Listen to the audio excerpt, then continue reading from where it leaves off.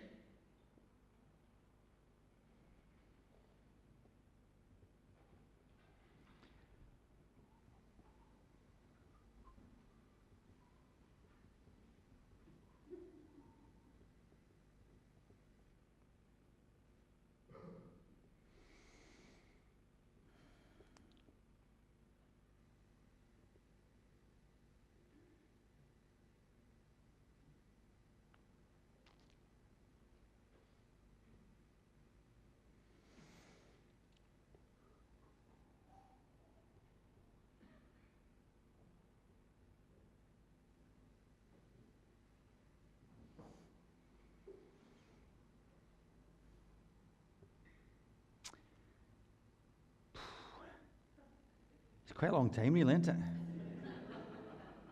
Seems like a really long time. Somebody got so excited they started a countdown. And I was wondering whether or not I should actually let you see it counting down or not, because that gives you something to think about and you kind of know that it's eventually coming to an end. We all, or at least I have a watch that tells me the seconds as they pass, and the minutes as they pass, and the hours as they pass. A minute can seem quite a long time if it's something that you're not enjoying or you don't know really what's happening. But if you're having great fun, a minute's hardly any time at all. There are only 21 days, 12 and 3/4, 12 hours and 20 minutes left until Christmas. That's roughly 517 hours, roughly 31,020 minutes. That's all we've got left to do all of the things that we need to get done before Christmas. Some of you might be really organised and have it done already. The presents to buy and to wrap, to get stuff sent off to far-flung places in the world because the time is almost past for some places. There's parties to go to, people to visit, and now we've only got 31,019 minutes left. So why spend one of those precious moments doing nothing? Well, as we begin our Advent celebration, I want to think about, to recognize the significance of one moment in time, but also of the strategic nature of that moment. We refer to the strategic nature of time as timing. Timing is really important. We don't plant tomatoes in November. We don't paint the outside of the house in January. We don't go swimming in the sea. Well, most of us who are sensible don't go swimming in the sea in February because it's not the right time. It's the right time for such things. And I think that we could probably all agree that December's not the right time to start a diet. Think about the importance of timing in sport. If the timing is off, the rugby player is just a step ahead or a step behind where he should be to catch the ball because the timing just wasn't quite right. What about the importance of timing in our own lives? If you've ever missed a flight because you were just a fraction late, then you understand the importance of that time. If you get delayed at work, you moan about it. But then you might be happy that you missed the accident on the motorway. If you're the parent of a toddler, or if you have been, you know that to turn your head for a minute, that toddler can be long gone and into all sorts of trouble in that time. Our theme for this year for Advent is the miracle of Christmas. It's easy to get wrapped up in it, no pun intended, to get caught up in the activity of the see, it's time for cracker jokes as well. And they are coming, honest. Not today, but, well. But we get caught up in all the things that go along with Christmas, all the activity, and we miss the miracle of Christmas. Galatians 4, verses 4 and 5 are incredible verses. It says, "But when the time was right, God sent his Son, and a woman gave birth to him. His Son obeyed the law so that he could set us free from law, and we could become God's children." What incredible verses, an incredible promise that it's possible for you and I to become children of God, because at the right time, God took action. When the time was right, God sent his Son. That's the miracle of the moment. He came at the right moment. And that's why we had the little clip from Miracle on 34th Street. It's a really good Christmas film. There's loads of stuff in it. And I thought this year I might take little clips from it just to highlight some things from the real story of Christmas. Kris Kringle, who believes that he's Santa Claus and he wants others to believe that he is as well. And there are, I think, some parallels in the movie to the Christmas story that, as I say, I want us to think about. That's why we watched that clip earlier. You're perhaps caught up with the developing story so that you missed the miracle that took place in the video clip. If you did, don't feel bad, because the folk in the movie didn't get it either. Was it by chance or coincidence that Kris Kringle was there at the parade at that day, at that time? Well, as it goes on, you'll discover, no, it was not. And that's the miracle of the moment. At just the right time, he showed up at the parade, and he rescued not only the parade, but the jobs of Miss Walker and lots of other people in the department store.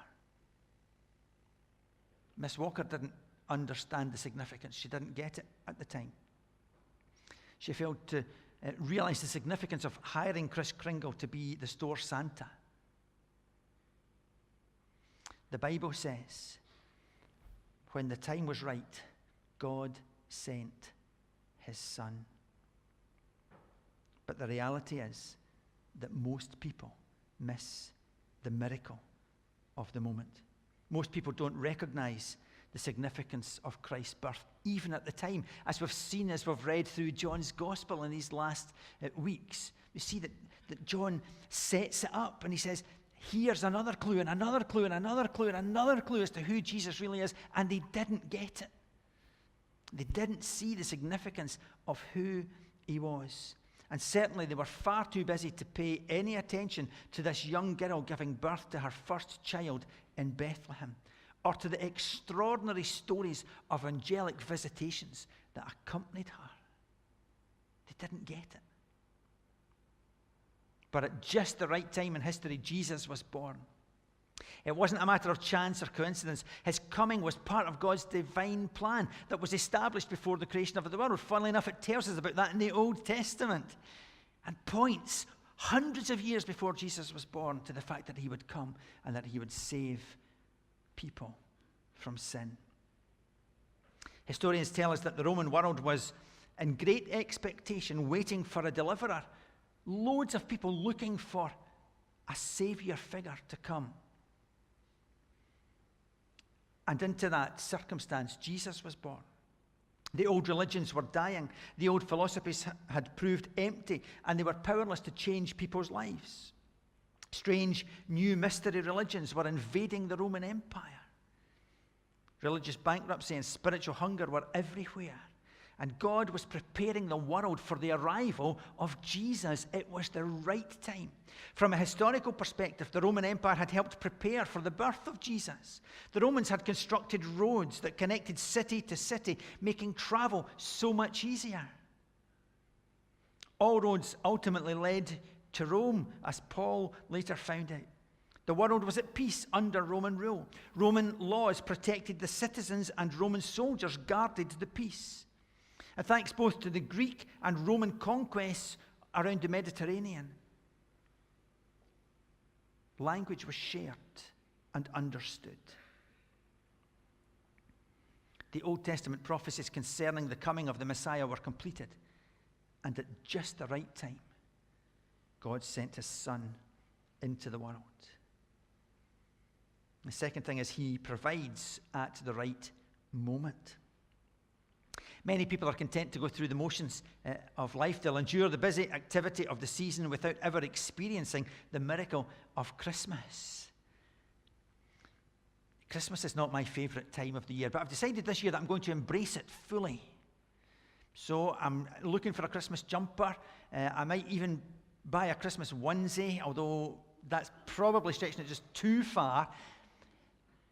But I've decided this year we're going to embrace it. So the carols are in full flow as of next week and all that kind of stuff. Because actually there's something good about it. And I do recognize that I miss a lot of what goes on because I don't really generally like the Christmas carols and all that stuff. And I kind of know the story. I mean, I've read it before every year. Do you know? So you've got to make a conscious effort, I think, to decide I'm going to read these stories again, and I'm going to listen to the songs again, and I'm going to find something new and good and positive and encouraging and helpful in them. Because God did this, and the time was right. And I don't want to miss out on the miracle of Christmas. And God brings to us just what we need in the moment that we need it. Listen to these promises from God's word to see his character reflected in the actions. Psalm 145 and verse 15. All eyes look to you, and you give them their food at the proper time. Psalm 104, 27. All of them wait for you to give them their food at the right time. Deuteronomy 11, 14. I will provide rain for your land in the proper time. The autumn and spring rains, and you will harvest your grain, new wine, and oil. God knows exactly what you're going through. He knows exactly what you need. And at just the right time, he'll come to you and provide what you need in the moment. His timing is always right. It's always perfect.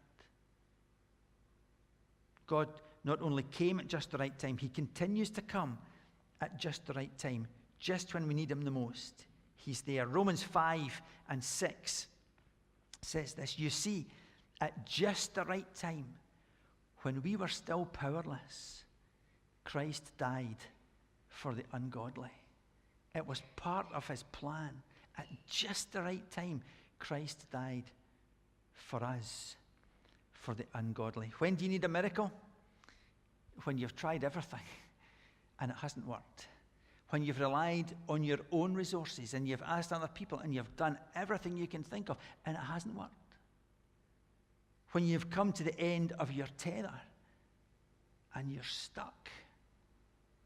That's when you need a miracle. And so often, that's what we do first. We try and fix it. We try and sort it. We try and do it ourselves. And actually, God's there all along saying, why don't you just ask? Why don't you come to me? I'm here for you. And thirdly, he says, now is the right moment.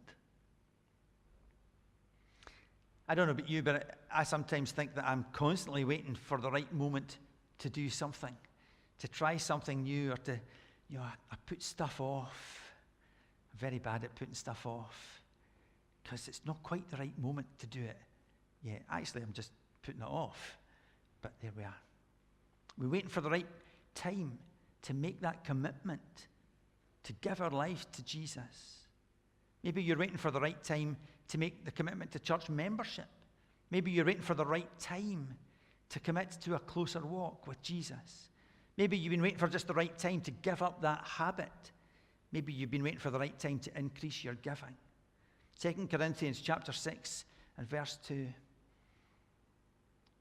In the scriptures, God says, when the time came, I listened to you. And when you needed help, I came to save you. That time has come.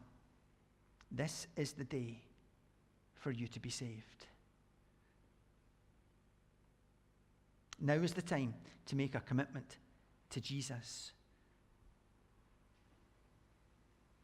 The older versions say, this is the day of salvation. This is the day. Don't put it off. This is the day. This is the time to give your life to Jesus. In Mark chapter 1, verse 15, Mark records Jesus as saying, time's up. God's kingdom is here. Change your life and believe the message. He didn't actually say time's up, because I think that's quite American. That's just a modern translation. But there's two words that we use for time. There's chronos and there's kairos. And chronos is where we get a chronograph, a watch, or a chronology. It's time as it passes, the seconds and the minutes and the hours and the days and all of that stuff. And we can look back in time and we can think forward in time. But that's chronos. But that's not the word that's used here by Jesus when he says time's up. God's kingdom is here. That word is kairos. And that's a significant moment in time. It's something really important that has happened. Nowadays, I suspect if you would use that kind of idea, thinking back, you can remember where you were when Kennedy was assassinated, when Princess Diana died. Those would be kind of modern kairos moments and folk. But you know, there's loads of folk around the world who couldn't tell you any of that, and for whom it's neither here nor there. This moment that Jesus is talking about was not just for a particular country or a particular community. This was for all people. This was a God moment in history. It was the right moment, the right time. And Jesus says, now is the time. God's kingdom is here. And that lets us enter into this kind of odd space.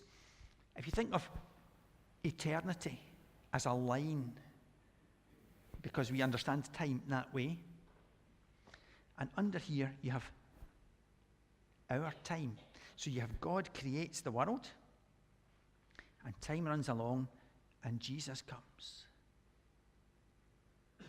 Well, what happens at that point is there's a bridge between eternity and time.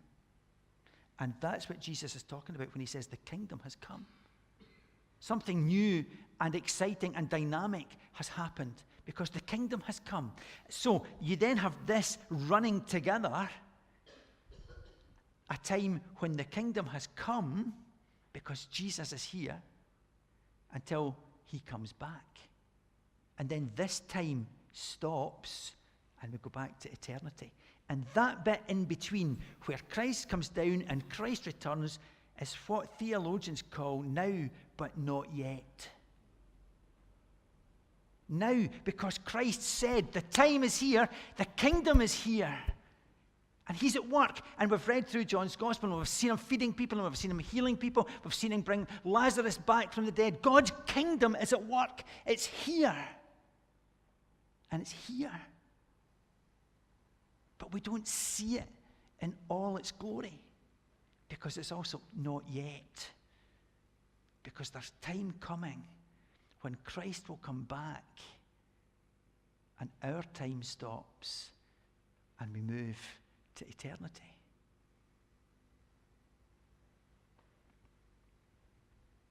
And the way that we move to eternity is through faith in Christ, believing that he came at the right time, believing that it was God's plan and purpose, and it's through faith in him that we can be forgiven and we can receive salvation,